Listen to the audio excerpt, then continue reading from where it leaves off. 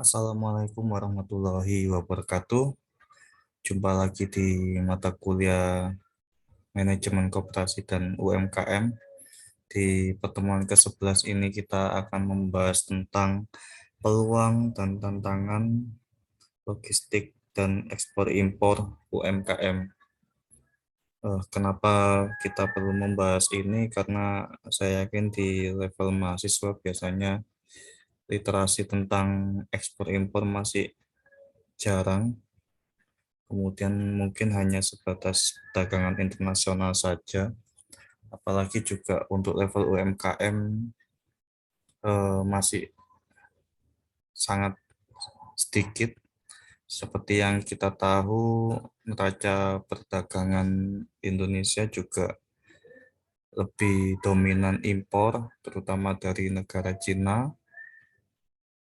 Kemudian bahkan sekarang impor dari Cina langsung ke rumah kita juga bisa, saking hebatnya Cina. Kemudian juga pengetahuan kita tentang ekspor juga masih minim menurut saya. Kemudian mahasiswa terkait ada rencana usaha UMKM juga mungkin sebatas yang dia lihat, entah eh, misalkan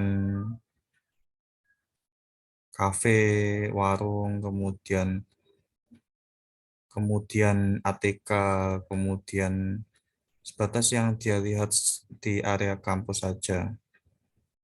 Kemudian seperti percetakan dan lain-lain. Sehingga harapannya dengan pembahasan ini, ekspor impor UMKM, jadi kalian ada pandangan lebih jauh tentang usaha bisnis jika bisa berkembang hingga ke luar negeri.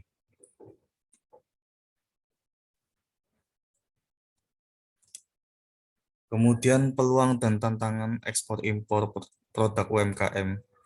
Seperti yang kita tahu, pemerintah sekarang sedang gencar-gencarnya melakukan ekspor untuk dapat menyeimbangkan neraca perdagangan, dan ini ada 6 peluang dan tantangan. Yang pertama terkait perbedaan sumber daya alam. Kita bangga sekali di Indonesia, tanahnya sangat subur, alamnya kaya sekali. Tanah ketika digali ke dalam isinya macam-macam, bisa emas, bisa nikel, bisa batu bara, dan sumber daya alam yang lainnya. Apalagi juga ikan juga banyak sekali. Bahan bakunya kita tentu sangat melimpah, dan itu yang tidak dimiliki oleh negara lain. Sehingga ini yang bisa menjadi peluang kita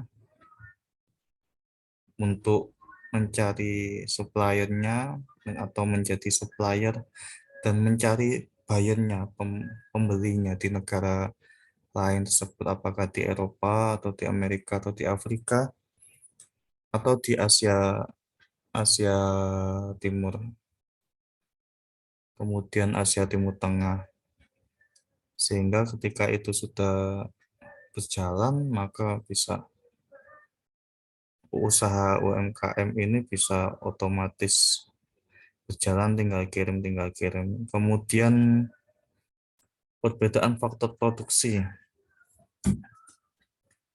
Di setiap negara tentunya ada perbedaan faktor produksi.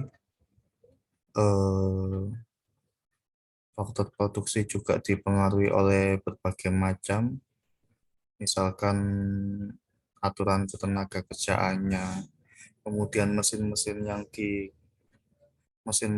yang dibuat produksi, mesin yang sudah canggih di Eropa, di Amerika, sementara di sini masih belum, sehingga perlu impor, mendatangkan mesin produksi tersebut untuk menjadikan produksi perusahaan lebih efisien dan tidak banyak tenaga kerja. Kemudian juga selain itu seperti yang lagi tren barusan dari PT Perusahaan Emas dari PT mana ini di Irian Freeport yang dulunya ekspor bahan mentah ke Amerika, ke Eropa, sekarang akhirnya di smelter, diolah dulu emasnya tersebut di Gresik sehingga sekarang menjadi pabrik smelter terbesar. Kemudian setelah di smelter baru dikirim melalui pelabuhan Tanjung Perak, Surabaya ke negara-negara lain. Kemudian kondisi ekonomi yang berbeda. Kondisi ekonomi yang berbeda ini tentu setiap negara memiliki kondisi ekonomi yang berbeda ya. Eh, ada negara maju, ada negara yang berkembang.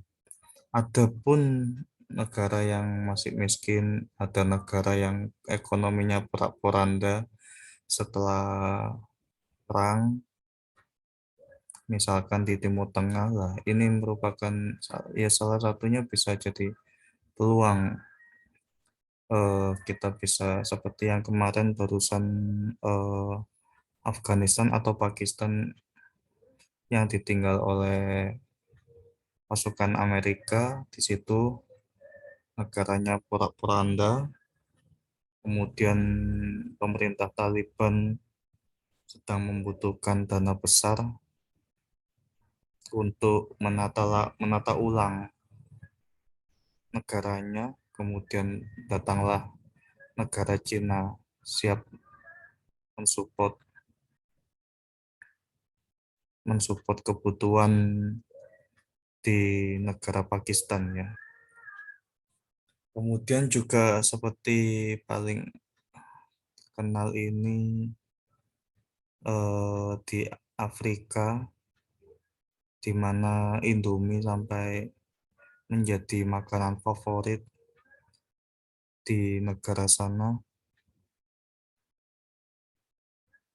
Padahal di sini pun juga makanan biasa saja atau makanan sehari-hari kita, terutama saat tanggal tua. Ini yang jadi peluang kondisi ekonomi yang berbeda-beda. Kemudian bahkan misalkan di Timur Tengah itu saya pernah melihat handphone Nokia juga masih banyak di sana, bukan smartphone, masih laku di sana handphone-handphone Java, sistem OS Java-nya. Kemudian kebutuhan produk tertentu di negara lain, ya salah satunya yang seperti tadi, eh, produk mie instan di Afrika sangat digemari, bahkan harganya juga cukup tinggi di sana dibandingkan di sini. Kemudian juga beberapa di Iran, saya ingat saya di Iran juga kerjasama untuk produksi produksi kereta dengan PT Inka di sana. Kemudian juga yang menjadi aneh ketika kemarin saya tahu ada kebutuhan produk daun pisang yang diekspor ke Amerika dan Eropa. Kemudian juga kebutuhan produk nampan ya, kemarin nampan yang biasa kita gunakan untuk di dapur, tapi di sana ketika kita ekspor di sana dijadikan eh, ekonomi kreatif dan nilainya menjadi nilai tinggi Selain itu juga keuntungan yang menggiurkan. Di keuntungan yang menggiurkan tentu tentu melakukan ekspor impor dapat mendapatkan keuntungan yang menggiurkan, tapi di sisi lain juga resikonya juga tinggi karena transportasi yang digunakan laut dan udara, jadi potensi kecelakaannya juga masih ada. Kemudian juga dikatakan keuntungan yang menggiurkan karena pengirimannya satu kontainer, sehingga cukup banyak, bukan lagi pengiriman yang 1 kilo, 2 kilo, atau 1 ton, ini sudah satu kontainer, kemungkinan ribuan ton. Kemudian setiap negara memiliki peraturan masing-masing lah, ini tantangannya. Setiap negara tentu memiliki peraturan masing-masing, seperti yang sekarang masih ada yang masih COVID-nya masih tinggi, ada yang sudah rendah, ada yang normal, ada yang beda-beda, ada yang masih ketat perdagangan ekspor impornya, ada yang sudah sedikit longgar. Ini yang menjadikan tantangan di bisnis ekspor impor produk UMKM. Kemudian term of delivery, ada 4 kategori ekspor impor. Ini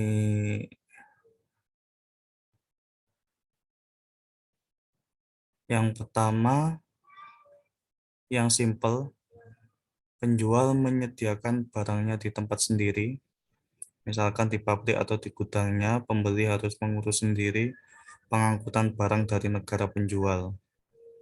Lah, maka ini yang bisa dilakukan oleh UMKM karena dia masih belum terlalu paham terkait prosedur izin pengangkutan barang. Yang penting dapat pembeli dari luar negeri, kemudian silakan pembeli mengurus sendiri pengangkutan barang di negara Indonesia. Kemudian yang kedua, negara penjual hanya berkewajiban mengantarkan ke sarana pengangkutan yang ditunjuk pembeli. Ini jadi misalkan kita mau ekspor daun pisang ke Belanda, kemudian kita hanya sebatas mengantarkan ke Juanda, Bandara Juanda, atau ke Pelabuhan Tanjung Perak. Di situ kemudian sarana pengangkutannya pesawat atau kapal yang telah ditunjuk oleh pembeli. Jadi kita sebatas memberikan saja dan memberikan bukti bahwa sudah diantarkan. Ini juga menurut saya simple yang bisa digunakan oleh UMKM. Yang nomor 3 dan nomor 4 ini yang sedikit rumit, yang biasanya digunakan oleh perusahaan besar melakukan ekspor. Salah satunya yang saya tahu perusahaan Foodnitur di Gresik itu sering melakukan ekspor di Eropa menggunakan ini. Penjual harus menanggung biaya pengangkutan sehingga harus membuat kontrak pengangkutan, tetapi tidak menanggung risiko kehilangan atau kerusakan barang dan biaya tambahan yang timbul setelah masuk pengangkutan barang. Jadi penjual punya kontrak pengangkutan sendiri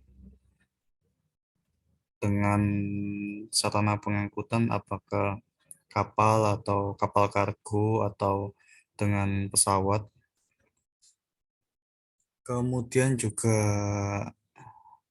resikonya tetap dia tidak yang bukan yang menanggung, tapi ditanggung oleh sarana pengangkutannya. Kemudian yang keempat, penjual berkewajiban menanggung semua biaya dan resiko atas pengiriman barang hingga ke pelabuhan tujuan. Jadi misalkan eh, ini kebalikannya dengan yang satu ya tadi. Ketika pembeli pembelinya masih mungkin masih belum berpengalaman ekspor impor, kemudian juga pembelinya masih UMKM, maka apalagi juga pelabuhan tujuannya sudah langganan kita, sudah kenal dengan mereka, jadi ya kita nggak masalah melakukan berkewajiban menanggung semua biaya dan resiko atas pengiriman barang. Kita juga sudah kenal, misalkan sudah kenal dengan kapal kargonya A, dan kita sudah tahu dengan kualitas pelayanannya, sudah tahu dengan pimpinannya, sudah tahu standar jasanya, maka tidak masalah, itu yang menjadi tanggungan kita semua. Kemudian dokumen ekspor.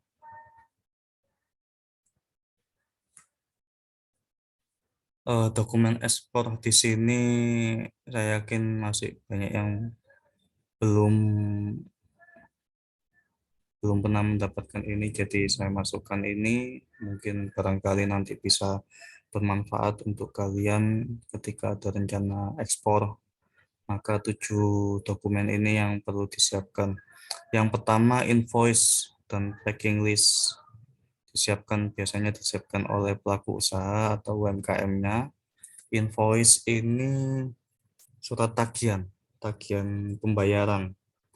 Dan packing list ini biasanya daftar pack yang sudah di packing, daftar barang yang sudah di packing itu disiapkan. Kemudian ada yang kedua, dokumen pemberitahuan ekspor barang. Ini biasanya diperoleh di kantor bea cukai, apakah di bandara atau di pelabuhan, tergantung nanti pengirimannya menggunakan apa.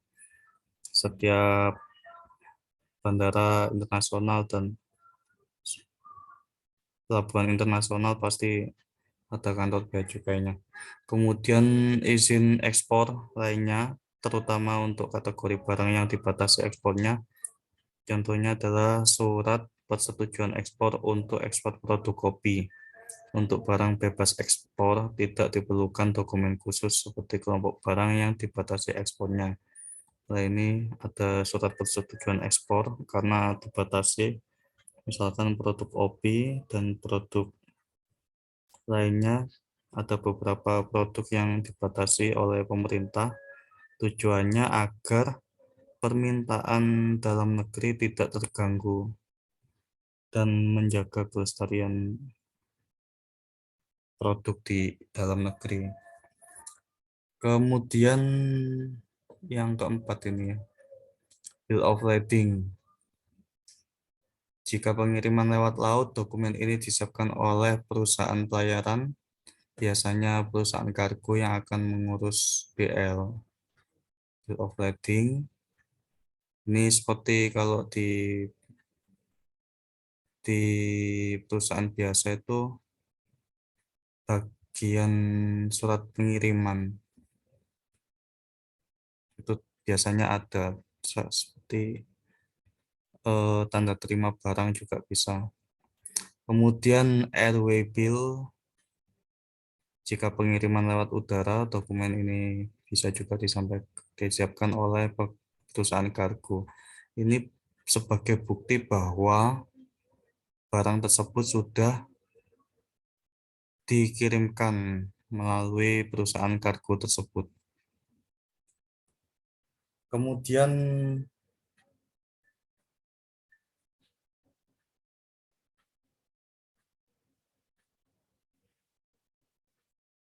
kemudian ini ada kemudahan ekspor dari pemerintah. Jadi seperti yang kita tahu bahwa semenjak Presiden Jokowi ini memimpin, banyak usaha-usaha UMKM itu, yang terutama usaha UMKM yang kreatif, ekonomi kreatif itu didorong terus untuk melakukan ekspor, sehingga pemerintah melakukan beberapa kemudahan, fasilitas kemudahan ekspor agar UMKM-UMKM ini segera melakukan ekspor. Bahkan pembelinya pun dibantu oleh pemerintah. Kemudian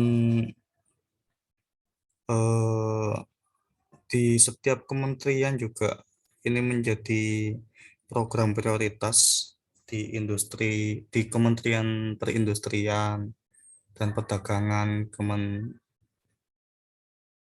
Kementerian Perdagangan dan Industri, kemudian Kementerian Koperasi dan UMKM, kemudian Kementerian Pariwisata, di situ ada industri kreatif.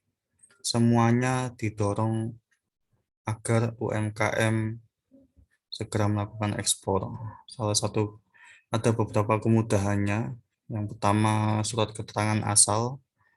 Surat keterangan asal biasanya dikenal dengan Certificate of Origin. Fungsi dari ini untuk mendapatkan penurunan atau pembebasan tarif bea masuk di negara tujuan ekspor.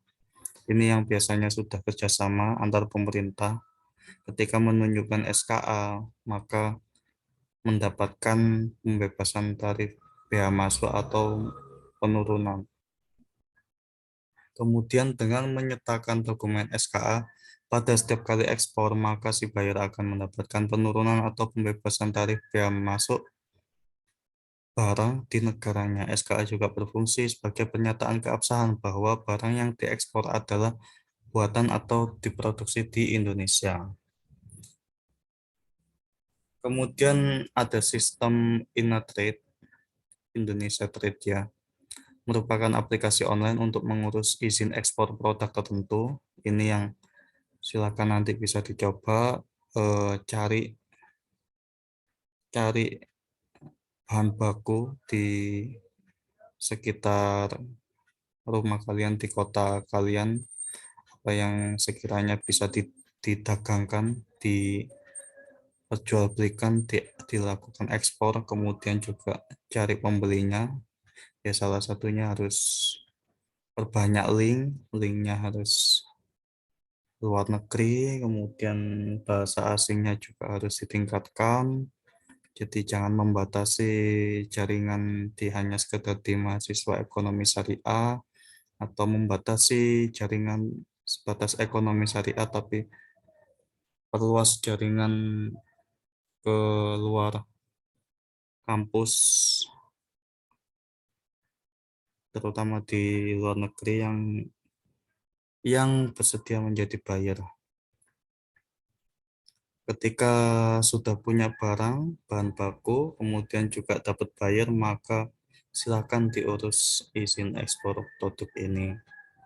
Kemudian sistem INSW adalah sistem dan aplikasi untuk mengetahui tentang kriteria barang ekspor, tracking dokumen ekspor, lartas, dan banyak informasi lainnya terkait syarat ekspor. Dari sini nanti bisa diketahui bahwa bagaimana salah satu kriteria barang untuk yang diekspor. Misal kalau kita kirim pakai kurir itu kan biasanya kita ke kantornya, kemudian di packing lah, salah satunya di packing, kemudian diberi label lah seperti itu. Kemudian bisa juga di tracking nanti dokumen ekspornya sudah sampai di mana. Kemudian informasi-informasi lainnya bisa dibuka di Google sistem INSW. Kemudian selanjutnya atas Perdagangan dan Indonesian Trade Promotion Center. Jadi Indonesia sudah memiliki lembaga khusus untuk melakukan promosi dan perdagangan produk lokal agar go internasional. Atas Perdagangan dan ITPC ini adalah perwakilan dagang Indonesia yang memfasilitasi antara eksportir dan buyer di negara tujuan ekspor. Biasanya ITPC ini melakukan pameran-pameran di setiap kota, di Surabaya, di Jakarta, di Jogja, di Semarang, di Makassar. Itu untuk melakukan pameran untuk memfasilitasi ini antara eksportir dengan buyer. Sehingga terjadi transaksi barulah kemudian ada pengiriman. Pelaku usaha dan UMKM bisa mengonsultasikan mengenai potensi produk ekspornya ke berbagai negara. Nah, ini menarik mendapatkan informasi mengenai kredibilitas buyer.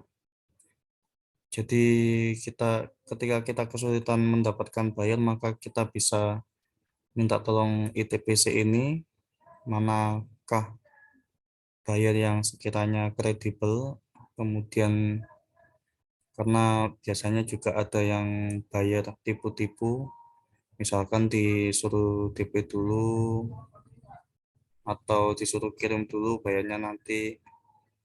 Kemudian kita juga bisa tahu, misalkan daun pisang ini nanti potensi produknya diekspor ke negara mana. Jadi ITBC ini memiliki daftar kebutuhan setiap negara. Negara A, negara Eropa butuhnya produk ABCD, negara di Amerika butuhnya produk ABCD. Kemudian memfasilitasi antara eksportir dan buyer di luar negeri jika ada kendala mengenai ekspor. Nah, ini enak sekali. Tentu biasanya ada kendala ketika melakukan ekspor impor dan ini sudah difasilitasi oleh ITBC. Kemudian banyak hal lainnya bisa dikonsultasikan dengan pihak atas perdagangan dan ITBC.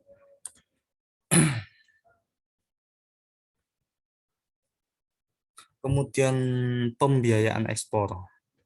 Pemerintah juga telah menentukan Indonesian Exim Bank sebagai lembaga resmi untuk memfasilitasi mengenai pembiayaan ekspor. Indonesia Exim Bank akan membantu eksportir dalam rangka mendorong program ekspor pelaku usaha dan UMKM. Ini ya, jadi tidak perlu khawatir, yang penting dapat barang, kemudian dapat pembeli, kemudian izinnya lengkap, legalitasnya lengkap, baru nanti di backup pembiayaan ekspor oleh Indonesian Exim Bank. Kemudian FTA Center, Free Trade Agreement Center, melakukan kegiatan edukasi, sosialisasi, konsultasi, dan advokasi pemanfaatan hasil perundingan perdagangan internasional kepada para pelaku usaha. Ini biasanya dilakukan setelah Presiden melakukan kunjungan negara. Presiden melakukan kunjungan negara, saat itu ada negosiasi, kemudian ada kesepakatan, tanda tangan kedua belah pihak, pemerintah, lah kemudian baru disampaikan ke para pelaku usahanya. Kemudian manajemen logistik. Manajemen logistik ini penting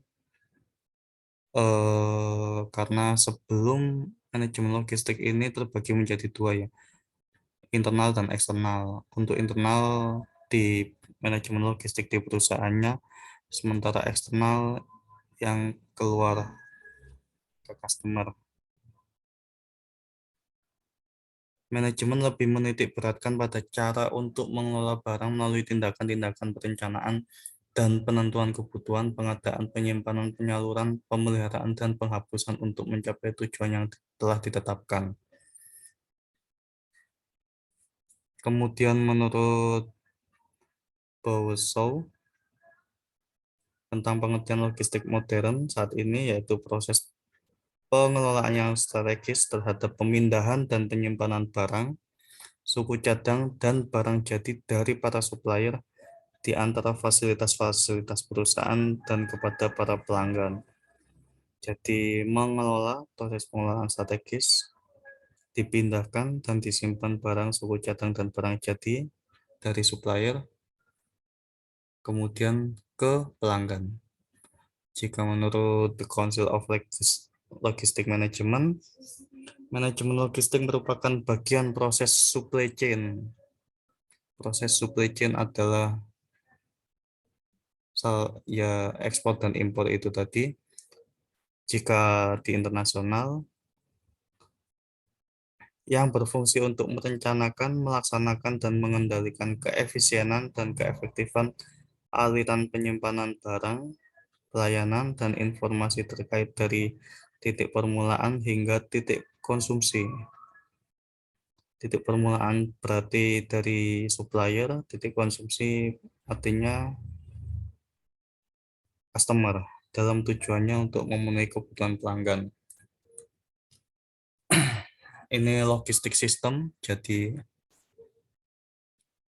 dimulai dari kanan supplier, kemudian komunikasi dengan purchasing, biasanya di perusahaan, eh, untuk dikirim bahan bakunya atau barang setengah jadi ke pabrik, kemudian di manufacturing, support, kemudian dikelola menjadi barang jadi, kemudian dilakukan distribusi ke beberapa distributor atau agen, kemudian sampailah ke customer. Lah, kemudian ini yang dinamakan logistik system dan ada added value inventory flow. Jadi dari barang baku atau barang setengah jadi dari supplier tadi ke customer. Kemudian juga ada requirement information flow. Jadi ada flow kebutuhan informasi kebutuhan, sebetulnya produk yang seperti apa sih yang dibutuhkan oleh customer itu, kemudian juga oleh perusahaan ABCD lah. Ini yang kemudian dipenuhi oleh para supplier. Mereka mencari barang bahan bakunya. Kemudian siklus manajemen logistik, ini tadi dari raw material, misalkan tadi pohon pisang ya dipotong-potong, kemudian daun pisangnya disendirikan, batang pohon pisang disendirikan, dimasukkan ke supplier, kemudian dimasukkan ke pabrik, di manufacturing, dijadikan bahan jadi, kemudian dikirimlah ke distributor. Ini kalau di dalam negeri ya, tapi jika di luar negeri langsung dikirim ke buyer itu tadi, dari penjual ke buyer, kemudian ke customer, kemudian ke consumer, pemakai barang itu tadi. Tujuan manajemen logistik ada tiga, tujuan operasional yaitu tersedianya barang serta bahan dalam jumlah yang tepat dan mutu serta waktu yang dibutuhkan. Ini penting ketika manajemen logistiknya berantakan, maka manajemen para manajer atau para direksi tidak bisa mendapatkan mendapatkan data barang yang sesuai dengan di gudang dalam waktu yang dibutuhkan secara real time misalkan. Ini yang repot jika menggunakan Excel ya atau masih manual. Di kertasnya masih sisa 20. Tapi ketika diinput oleh manajernya,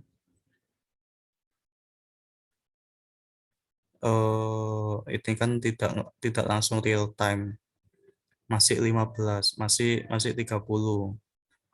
Nah, akhirnya ada ketidaksesuaian 10 barang. Ini yang menjadi permasalahan. Ketika ada ketidaksesuaian, maka tentu ketika purchasing melakukan pemesanan lagi, akhirnya kesulitan. Mana yang benar? Apakah 30 atau 20? Kemudian tujuan keuangan, yaitu terlaksananya tujuan operasional dengan biaya serendah-rendahnya dengan hasil yang optimal. Ini salah satunya juga eh, tugasnya purchasing, bagian pembelian, mencari supplier bahan baku dengan biaya serendah-rendahnya. Kemudian tugasnya produksi, melakukan manufacturing atau produksi, melakukan proses produksi serendah-rendahnya secara efisien dengan hasil yang optimal, sehingga keuntungannya nanti juga cukup tinggi. Misalkan yang sekarang yang kita tahu juga salah satunya seperti laptop atau kendaraan. Jika dulu kendaraan dan laptop ini berat, kemudian awet, kemudian bahannya lebih berkualitas. Sementara sekarang juga seperti barang ini sudah apa ya, tersistem 3 tahun nanti sudah pasti rusak, sudah pasti ganti. Handphone juga seperti itu. Ini yang jadi salah satunya di manajemen logistik tujuan keuangan. Kemudian tujuan pengamanan agar persediaan tidak terganggu oleh kerusakan, pemborosan, penggunaan tanpa hak, pencurian, dan penyusutan yang tidak wajar, serta nilai persediaan yang sesungguhnya dalam sistem akuntansi. Seperti yang kita tahu bahwa barang bahan baku atau produk yang ada di gudang ketika keluar tentu harus menunjukkan surat surat pengantar, surat pengiriman ke security. Ini tujuannya juga untuk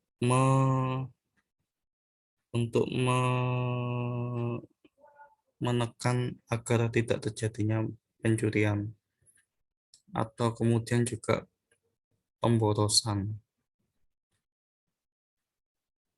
Intinya lebih ke tujuan keamanan. Jika disimpulkan setidaknya ada 3 tujuan khusus dalam kegiatan manajemen logistik, yaitu persediaan barang bisa dilaksanakan dengan kuantitas dan kualitas yang benar. Kedua, agar pengeluaran dana untuk tujuan pengadaan bisa dilakukan dengan efisien. Ini pengeluaran dana ini biasanya accounting itu tidak bisa langsung mengeluarkan dana, request pembelian bahan baku 100 piece, tidak bisa besok langsung keluar dananya, tapi harus diajukan dulu ke manajemen, ke pimpinan, kemudian ini butuh waktu 3 hari sampai 5 hari, dipertimbangkan apakah betul-betul bahan baku ini akan terserap oleh customer nanti. Ketika memang oke, ini memang betul kebutuhan, dia jadi pimpinan tentu membaca setiap melakukan ACC, tentu dia melakukan membaca dulu kondisi marketing bagaimana, kondisi keuangan bagaimana, kondisi produksinya bagaimana. Ketika sudah oke, baru ditandatangani, baru bisa dieksekusi. Ketika mencapai tujuan utama perusahaan tentu yang pertama profit. Melakukan manajemen logistik intinya harus profit.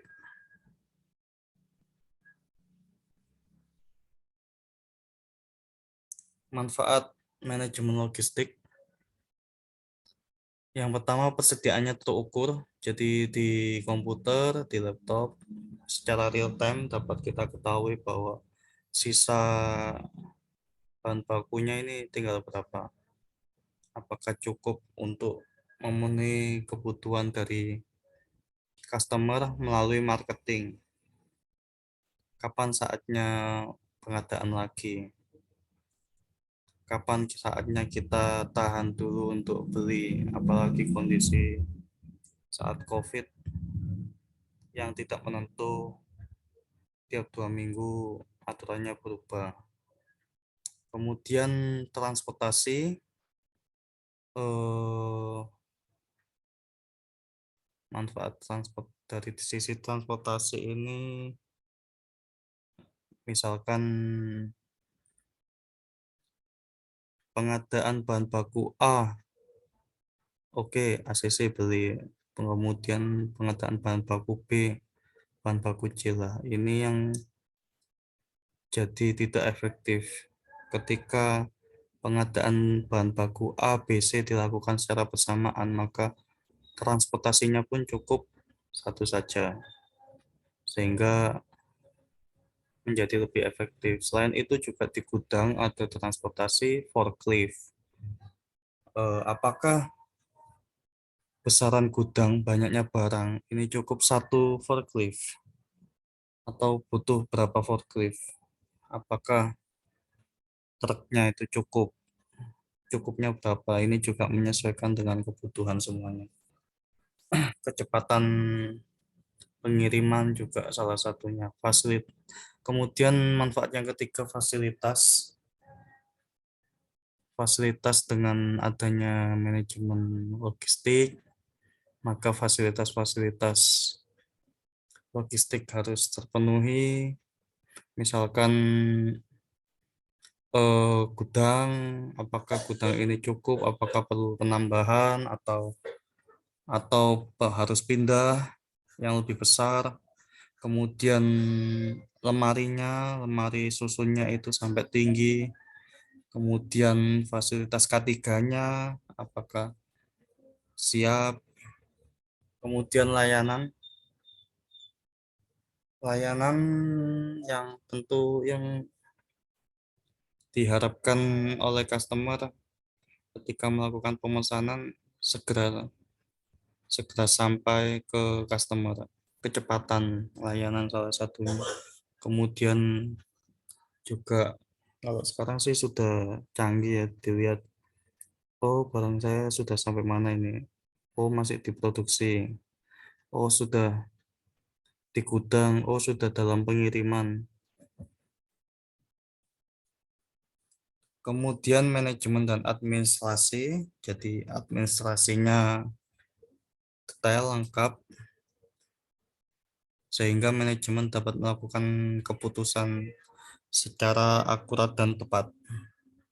Kemudian inbound transportation, ini inbound ini artinya transportasi dari supplier ke perusahaan, ke pabrik. Itu harus eh, siap, standby, terpenuhi ketika ada kebutuhan dari customer, maka langsung terkirim ketika bahan bakunya hampir habis atau sedang dibutuhkan. Yang bisa kita contohkan itu kayak pabrik mobil, salah satu pabrik mobil di Jawa Barat. Jadi satu lokasi itu, eh, di satu lokasi itu dia sudah kerjasama dengan supplier-suppliernya, sehingga ketika ada kebutuhan dari cabang Surabaya, cabang Banjarmasin, cabang Makassar, butuh butuh pembuatan mobil 5 atau 10, langsung lah suku cadang dari supplier, masing-masing supplier ini langsung mengirim ke pabrik mobil itu, langsung dirakit dalam waktu 1 jam, mobil itu jadi, langsung dikirim ke cabang tersebut. Ini yang sangat canggih manajemen logistiknya,